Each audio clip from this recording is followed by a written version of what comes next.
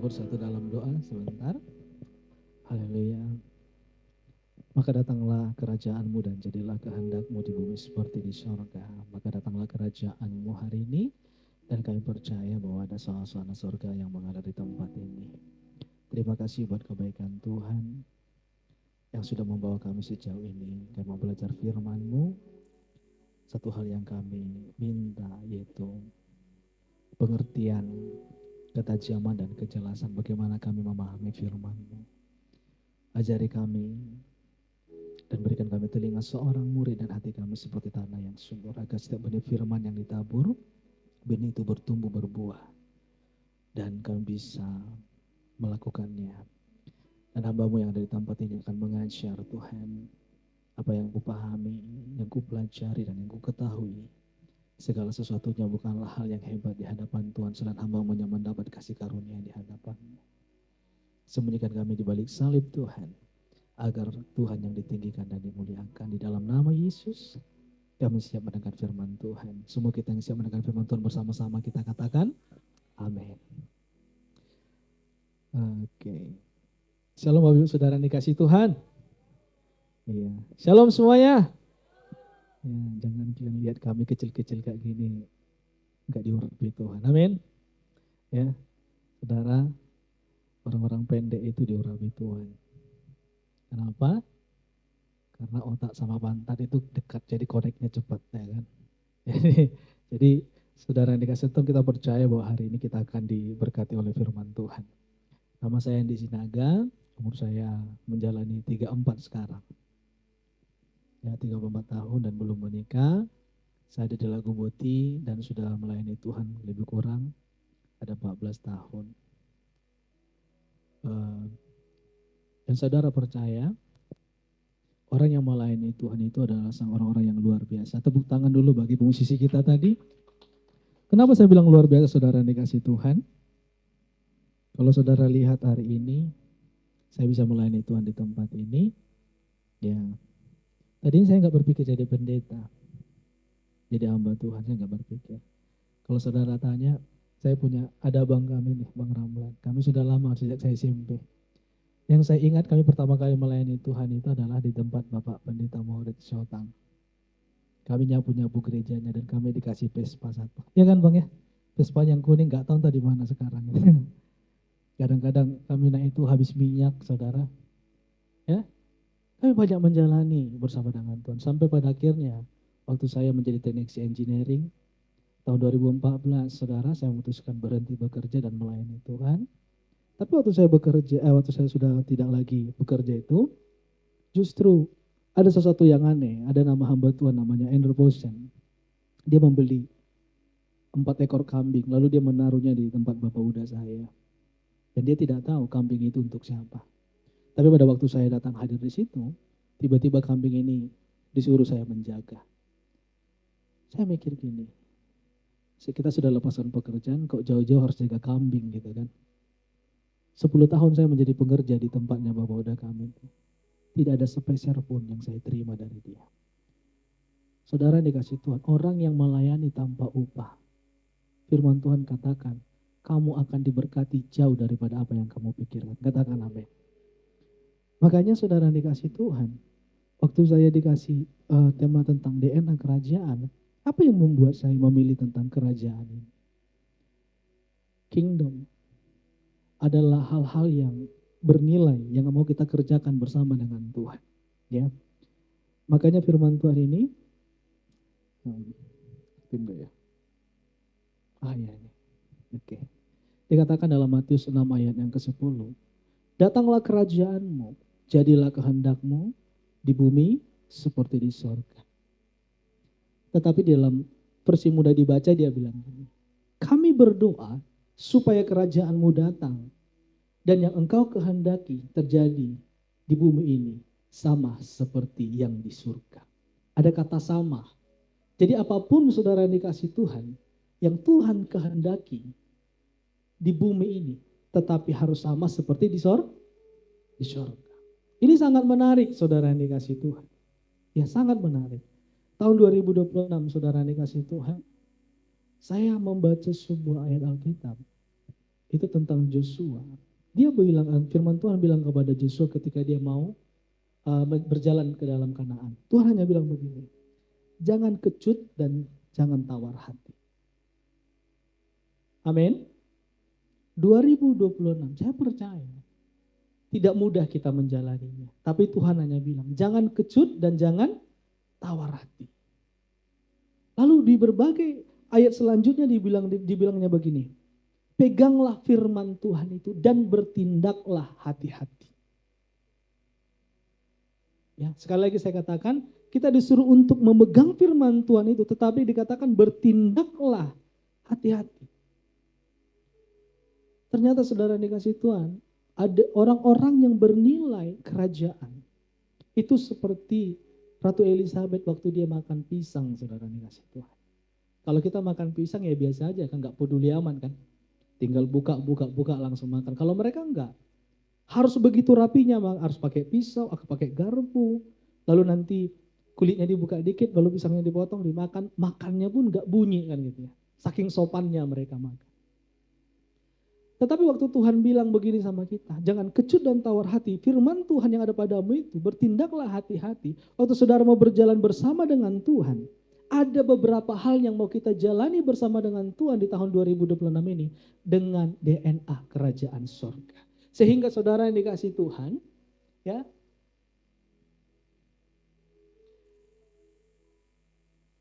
ada 3 hal yang harus kita kerjakan agar kita memiliki DNA kerajaan dalam keluarga, sosial, dan pelayanan kita.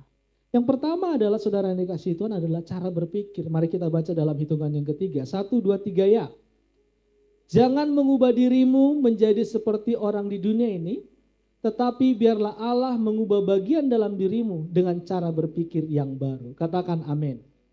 Kalau di dalam terjemahan barunya dikatakan, janganlah kamu sama seperti dunia ini. Berubahlah dengan pembaruan budimu. Tetapi saudara yang dikasih Tuhan, saya mau sampaikan kepada kita begini. Kalau cara orang berpikir dunia, saudara yang dikasih Tuhan, ya.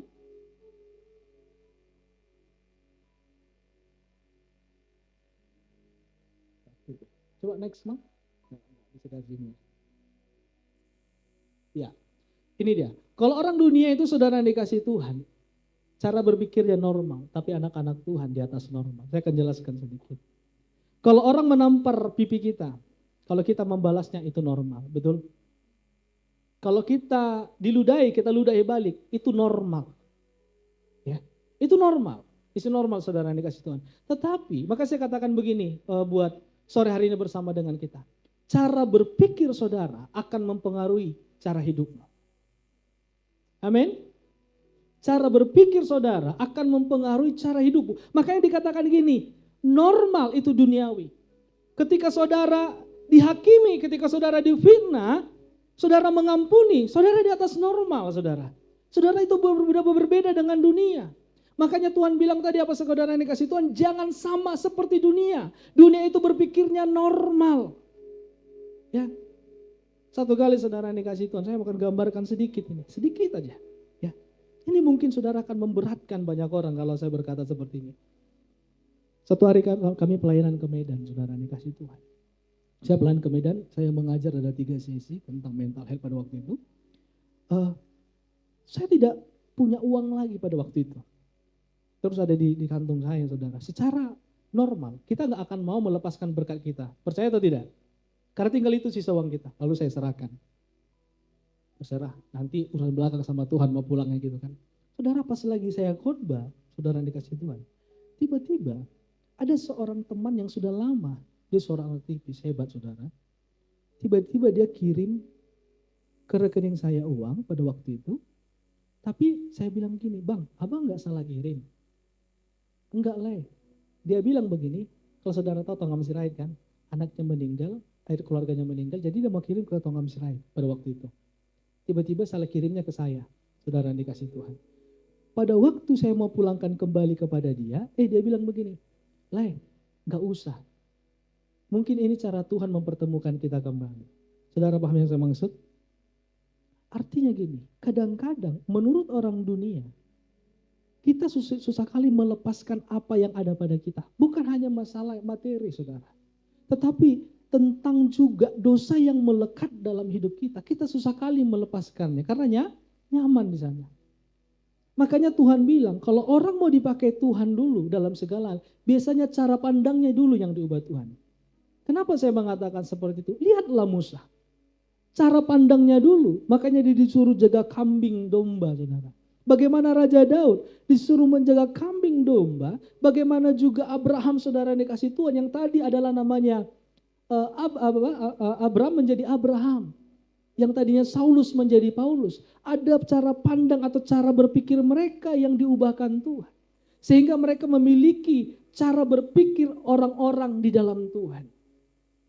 Ya, makanya Paulus bilang, aku orang Ibrani asli. Kalau kami dimaki, kami menjawab dengan ramah. Ya, kalau kami difitnah, kami mengampuni dan sebagainya. Itu yang dia sampaikan kepada kita. Kami menjadi kotor seperti sampah di dunia ini. Artinya saudara yang dikasih Tuhan, orang-orang yang sudah ada di dalam Tuhan, cara berpikirnya harus di atas normal. Ya. Coba tunjuk samping saudara, tapi jangan colok matanya. Bilang sama dia, kamu harus sama seperti Kristus. Amin. Memang harus seperti ini saudara yang dikasih Tuhan. DNA kerajaan itu saudara, cara berpikirnya berbeda. The quality is your mind, determine the quality is your life. Katakan amin. Cara berpikir saudara menentukan cara hidup. Ini saya suka banget ini saudara. Saya berjalan bersama dengan Tuhan. Ya, kalau menurut pelayanan saudara, kalau saya cerita ini sama abang kami itu ada Kak Dora. Kalau sama Bang Ramlan, ya kami sudah jalan bersama dengan banyak ya dalam pelayanan. Makanya mereka juga berpikir, Kak, saya nggak jadi pendeta pada hari ini. Tadinya kami dipikirkannya itu jadi penjahat harusnya kan, pokoknya jadi pendeta. Tapi saya percaya, saudara yang dikasih Tuhan, orang yang melayani Tuhan, mempiutangi Tuhan. Amin. Dan orang yang melayani Tuhan, akan diberkati Tuhan dengan luar biasa. Saya membaca dalam Alkitab, dalam kitab Mazmur dikatakan begini. Pria yang takut akan Tuhan, anaknya seperti pohon zaitun. Seperti tunas pohon zaitun, Dan istrinya seperti pohon anggur. Betul ya? Searching hari ini. Pohon zaitun umurnya 1.500. 1.000 sampai 1.500 tahun. Tapi kalau dipotong dia, tumbuh di samping itu tunas, umurnya bisa 2.000 sampai 2.500 tahun. Artinya, keturunan saudara akan lebih hebat daripada kita. Amin. Itulah kalau orang takut akan Tuhan. Makanya cara berpikir kita itu harus berbeda dengan dunia ini. Yang kedua, pengurapan. Saya senang banget ini. Ini bisa agak lama sedikit saudara. Tapi dibilang begini, tetapi kamu akan menerima kuasa kalau Roh Kudus turun ke atas kamu dan kamu akan menjadi saksiku di Yerusalem dan di seluruh Yudea dan Samaria dan sampai ke ujung bumi. Orang kalau nggak melayani Tuhan, orang yang melayani Tuhan harus dipenuhi pengurapan. Kenapa saya mengatakan begitu? Kalau tanpa pengurapan, tidak akan ada sesuatu yang dahsyat terjadi di dalam pelayanan kita. Tidak akan ada yang hebat, bukan hebat seperti yang dikatakan dunia, tetapi saudara yang dikasih Tuhan. Waktu saya melayani Tuhan, saudara, ini akan bersaksi sedikit. Saya ada pelayanan di gunung. Ya, pelayanan pertama kami saya di gunung, saya kurus kering, saudara. Kurus kering kali. Kempot, saudara, karena puasa terus kan. Di satu gunung saya naik, berangkat jam 10 pagi, nanti pulang jam 10 malam ke pegunungan itu. Jadi pada waktu sudah malam, kami melayani anak-anak, saya sangat suka ada orang gini, kalau orang diurapi Tuhan, orang yang melayani Tuhan harus bisa mendengar Tuhan berbicara. Saya rindu itu, bukan hanya dengar-dengaran kayak dikatakan orang, oh kata Tuhan, bukan, saya nggak pernah bilang ini kata Tuhan, nggak pernah. Tapi saudara yang melayani Tuhan harus mengerti apa menjadi kehendak Tuhan. Pada waktu mau pulang, ada teman saya orang timur, Dedi, kita jangan pulang dulu. Kayaknya Roh Kudus kayaknya taruh sesuatu di hati saya. Ada orang yang harus kita doakan di kampung ini. Kami berjalan berkilometer, saudara. Nggak ada kendaraan. Sudah malam, ada lampu teplok nyala. Kami masuk, di situ hanya ada tanah, lantainya tanah, rumahnya itu sudah hampir mau roboh gitu. Ternyata anaknya di dalam itu mati suri. Biasanya katanya setiap jam 6 sore sampai jam 8 malam anak ini gak akan pernah bangun. Lalu saudara dikasih Tuhan, kita pada waktu cinta mula-mula kan, mau semua orang kita mau doakan kan? Orang-orang yang kita lihat aja mau kita doakan. Semua yang mau lewat naik motor aja mau kita doakan aja ya kan? Yang kenal potnya racing pun mau kita doakan. Semua mau kita doakan gitu ya. Pada waktu saya lihat ini, saya tengking dalam nama Yesus. Saya bilang itu, roh itu berbicara dalam hidup kita. Waktu saya tengking, sampai hari ini anak itu tidak pernah mati suri. Dan yang puji Tuhannya, kakaknya ikut melayani Tuhan dan jadi pendeta pada hari ini. Beri tepuk tangan bagi Tuhan. Yang kedua, ada seorang pendeta, hamba Tuhan. Jadi pada waktu itu, waktu saya mengambil kuliah saya, saudara dikasih Tuhan, saya sambil narik Gojek kan. Jadi pulang malam capek banget. Terus saya mendengar ada suara. Anakku katanya. Bapaknya hamba Tuhan, pendeta juga saudara. Jadi saya bangun, saya pikir entah kenapa gitu kan kecapean kan. Tapi tiba-tiba ada sebuah roh itu memenuhi hidupku pada waktu itu. Tiba-tiba kita berbahasa roh itu. Lalu anak-anak sekolah teologi yang saya pimpin pada waktu itu bilang ini, oh tengok itu abang itu udah gila katanya. Udah gila abang itu katanya gitu. Pas waktu saya tengok anak itu sudah hitam dan tidak hidup lagi. Bapaknya yang hamba Tuhan sibuk menelponi pendeta yang ada di pelayanan di luar. Apa yang saya lakukan? Saya pegang kepalanya dalam nama Yesus. Dan hari anak itu bangkit dan hari ini masih hidup, saudara dikasih Tuhan. Amin. Makanya saya katakan orang kalau nggak punya pengurapan melayani Tuhan, saya mau katakan itu kurang excited, ya, kurang mantap ya kan, gak afdol kata orang-orang di sini kayaknya ya. Saudara dikasih Tuhan, saudara lihat ini dikatakan Samuel mengambil tabung tanduk yang berisi minyak itu dan mengurapi Daud di tengah-tengah saudara-saudaranya. Sejak hari itu dan seterusnya berkuasalah roh Tuhan atas Daud. Lalu berangkatlah Samuel menuju Ramah. Saya mau katakan orang yang diurapi Tuhan akan di-challenge dunia. Betul? Amin. Kamu akan diperangi. Dunia itu akan menganggap kamu sebagai musuhnya. Kamu gak akan henti-hentinya dihantam. Kenapa saudara yang dikasih Tuhan? Ketika Daud diurapi Tuhan menjadi raja, Saul itu cemburu habis melihat dia. Kenapa Saul gak iri melihat yang lain? Karena Saul itu iri karena ada orang yang lebih diurapi daripada dia. Makanya kalau ada orang yang diurapi Tuhan, saudara jangan iri. Katakan amin. Amin. Pandang dulu kita, kayaknya nggak iri nih kayaknya gitu ya. Jangan iri gitu ya. Kita mau melayani Tuhan bersama, katakan. Iya, saudara dikasih Tuhan. Ya. Ini udah berapa menit ini Bang? Nanti kelewatan aku nih. Masih bisa. Ya. Artinya saudara, perhatikan ayat ini. Dan setiap kali apabila roh yang ada daripada Allah itu hingga pada Saul, maka Daud mengambil kecapi dan memainkannya. Saul merasa lega dan nyaman dan roh jahat itu mundur daripadanya. Makanya saudara dikasih pemain musik. Gini, gereja sibuk banget membangun apa yang di luar, tapi tidak sibuk membangun apa yang di dalam. Amin. Kita mau bangun apa yang di dalam. Saudara harus punya persekutuan dengan Tuhan. Saudara harus punya doa pribadi dengan Tuhan. Harus ada doa puasa pribadi dengan Tuhan. Makanya saudara, waktu saudara memainkan musik itu, saudara dikasih Tuhan, bukan wanita yang jatuh cinta padamu, tapi Tuhan yang jatuh cinta padamu. Amin. Makanya Tuhan bilang, apa engkau melihat hambaku Daud? Tidak ada seorang pun seperti dia. Tuhan tidak pernah puji yang lain. Tapi Daud dia bilang, tidak ada seperti hambaku Daud ini. Yang hidup benar dan tulus di hadapanku. Amin. Melayani Tuhanlah di dalam pengurapan. Apa yang kamu sentuh, itu akan hidup. Itu kalau orang yang melayani Tuhan. Makanya dia bilang gini, ciri orang yang diurapi Tuhan itu. Ya, perhatikan. Dan setiap kali roh yang ada pada Allah itu hingga pada Saul, Maka Daud mengambil kecapi dan memainkannya. Saul merasa lega dan nyaman. Dan roh yang jahat itu undur daripadanya. Orang-orang yang memiliki DNA kerajaan sorga salah satunya. Bukan hanya cara berpikirnya aja yang luar biasa. Tapi pengurapannya juga luar biasa. Katakan amin. Ya, ini saudara dikasih Tuhan. Makanya Daud itu saudara. Berapa tahun Daud itu menemukan janji Tuhan. Kalau saya menghitung ada 18 tahun. 9 tahun dikejar-kejar Saul, saudara. Selebihnya di mana? Diproses. Dibentuk hatinya.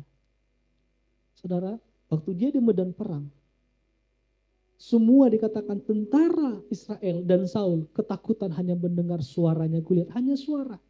Tetapi ketika Daud berbicara, dia bilang, siapa orang Filistin yang tidak bersunat ini yang berani menghina barisan Allah yang hidup? Dia maju ke depan. Saudara tahu apa yang terjadi? Dikatakan firman Tuhan gini. Lalu Daud mengambil 5 batu licin. Saudara tahu, saya mau gambarkan gini. Setiap kitab 5 di dalam bahasa teologinya nama kitab Pentatuk. Kitab Taurat ada 5. Setiap kata 5 berbicara tentang firman Tuhan atau hukum Taurat, kitabnya Musa. Dan kata batu itu adalah dikatakan firman Tuhan. Kalau saudara ingin melawan sebesar apapun musuhmu, pakailah firman Tuhan. Maka Tuhan akan menghancurkan setiap musuh-musuh kita. Beri tepuk tangan bagi Tuhan kita. Ya. Orang-orang yang diurapi Tuhan, ya, harus memiliki hal ini untuk terus melayani Tuhan. Dan yang ketiga, saudara ini kasih Tuhan. Ini yang terakhir, tapi agak lebih panjang, ya.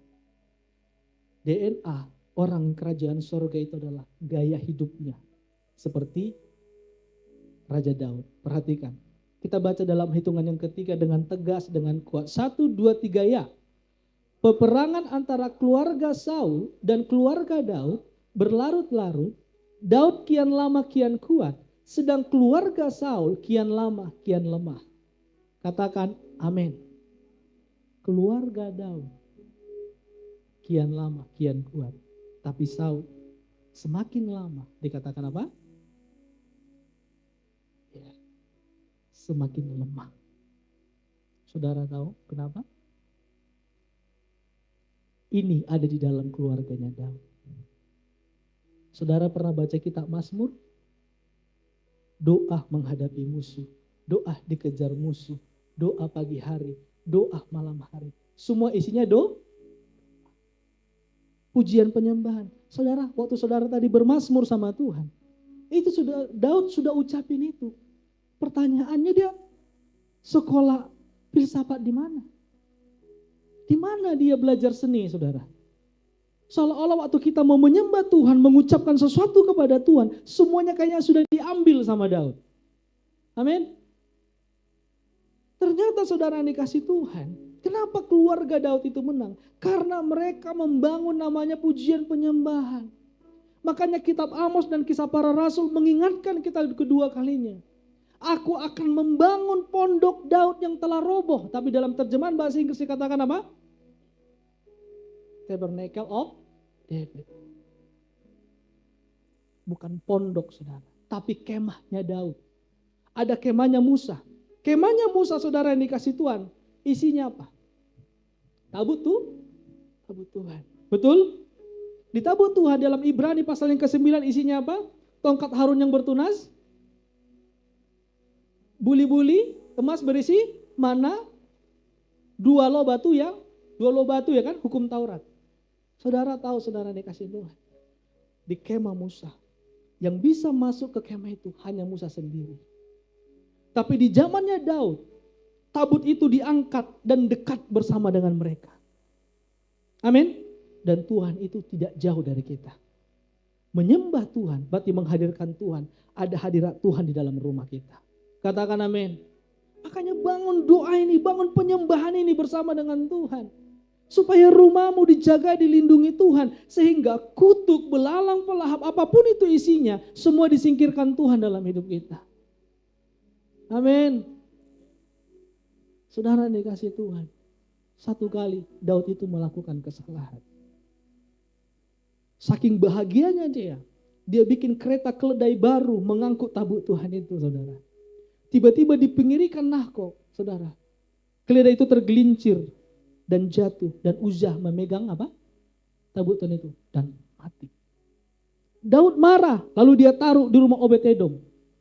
Saudara tahu, dia dengar 3 bulan kemudian Obed-Edom itu diberkati Tuhan. Daud cemburu ilahi dong. Daud bukan cemburu Obed-Edom diberkati, bukan sama berkatnya. Dia bilang gini, dia cemburu, dia tahu siapa pelaku yang memberkati itu. Siapa? Tuh, dia kejar. Tapi dia evaluasi. Apa yang membuat aku salah kemarin?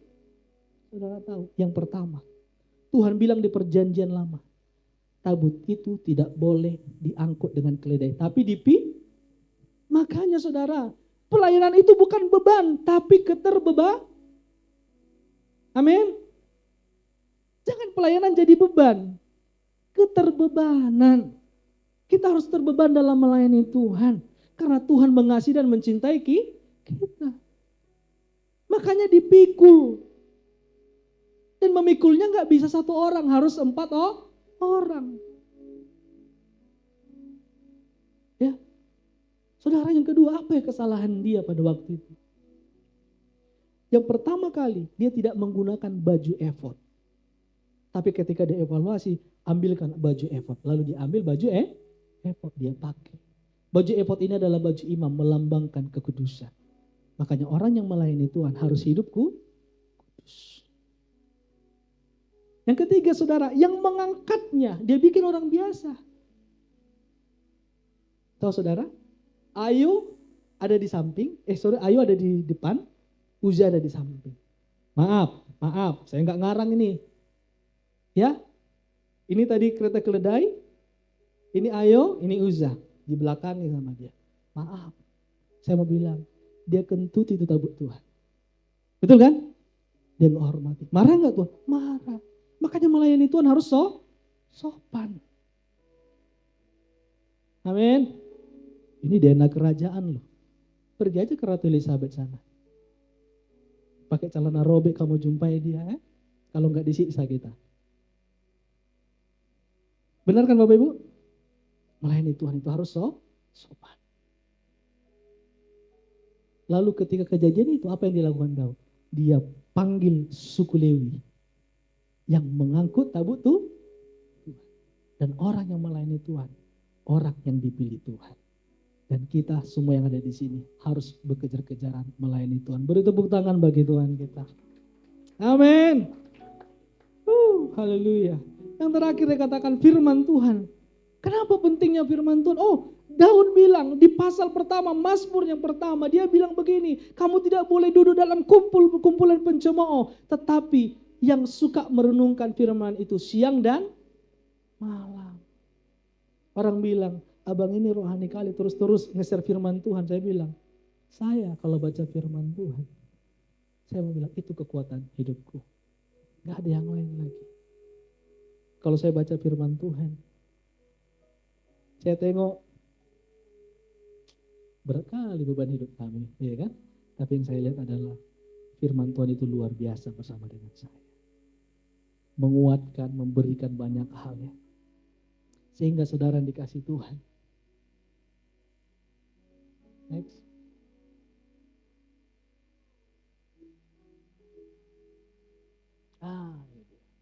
Dikatakan gini.